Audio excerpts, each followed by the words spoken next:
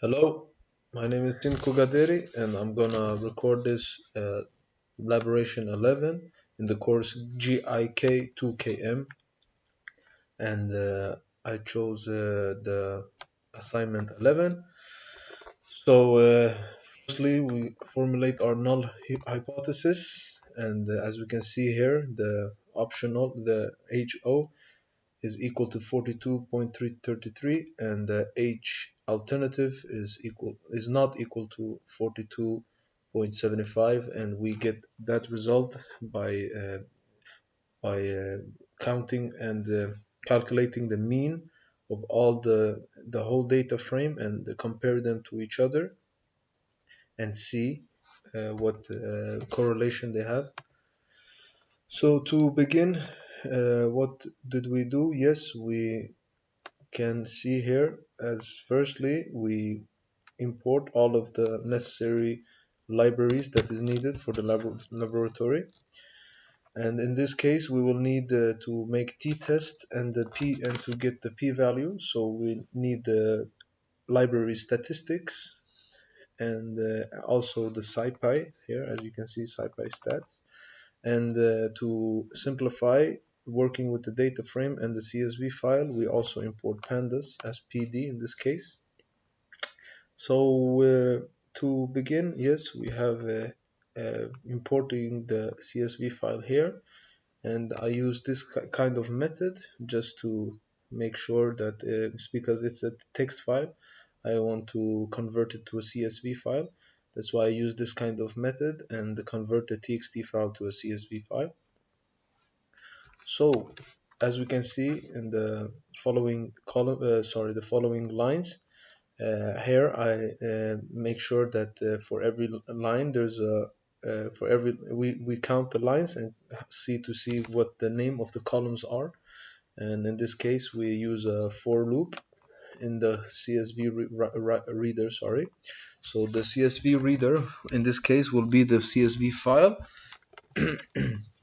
and every count begins as zero. So in this case we see that the column names are new machine and old machine, and it's very obvious here that there's a lot of spacing in between the new machine and old machine, which can form problems for us as we are programming, since Python, if we do not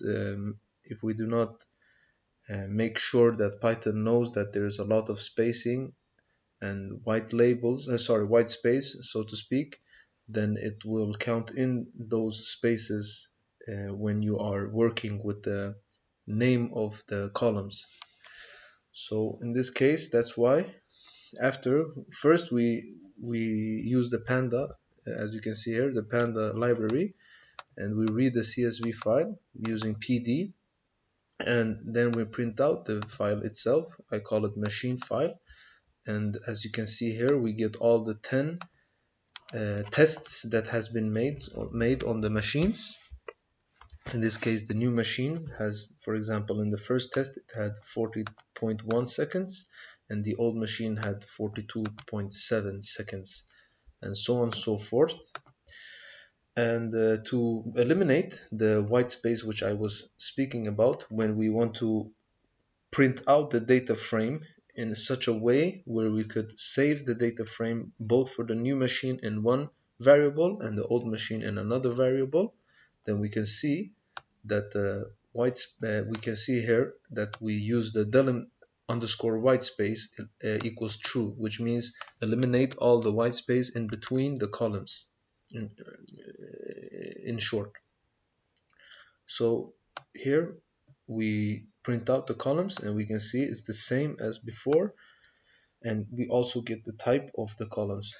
So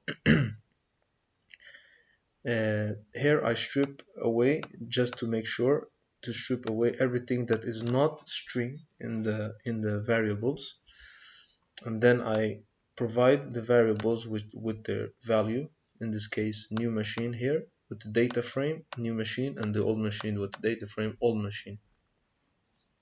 So here from matplotlib, that means the matplot library, we import the pyplot as PLT to later on be able to print out the statistics in a image form, so to speak, in a diagram, so to speak. So here, to actually make the calculations on the statistics, then we use the mean function, which is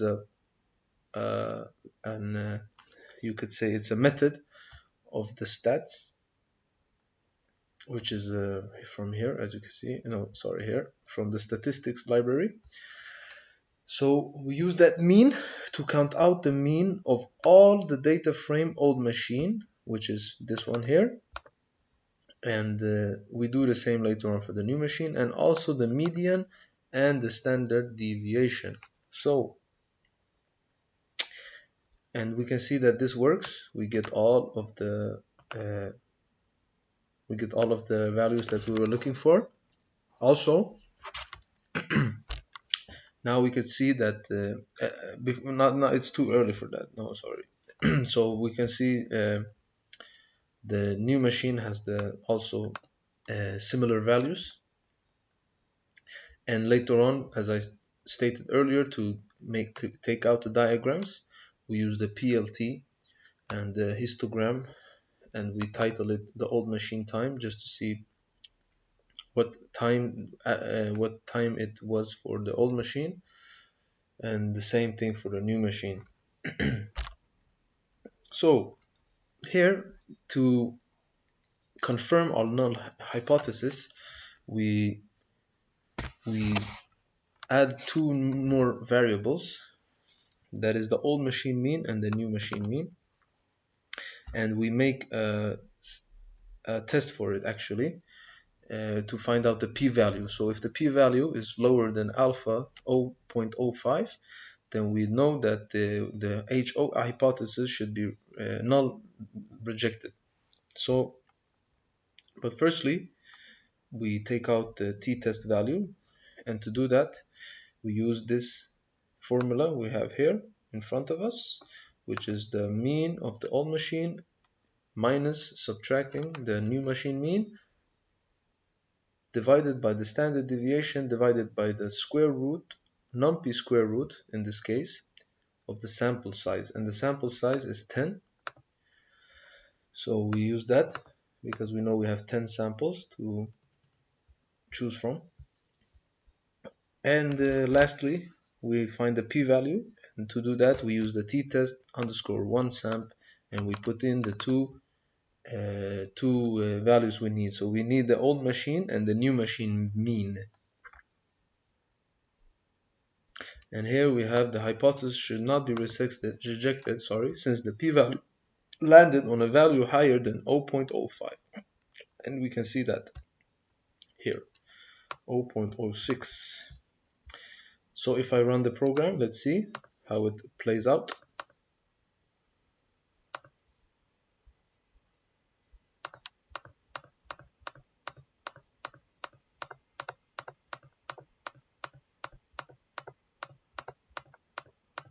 So lastly, we have also the type. So we could see the type from the because it said that we were gonna use the command that type what time it took for the old machines, for example. Then we can see it's a series type, and so on and so forth. We did the same thing for the new machine, and the mean also, just to see what just to try it out. Yes, and also to see the confidence interval of the 95%, we type it in the alpha here, and we see use the interval method. And we also need to point out the mean of the old machine, and the same thing for the new machine, to get the confidence interval for the both samplings tests. So yeah, and this is the confidence interval for both of them. So this would be the old machine, and this would be the new machine. So I think I'm done there. Thank you.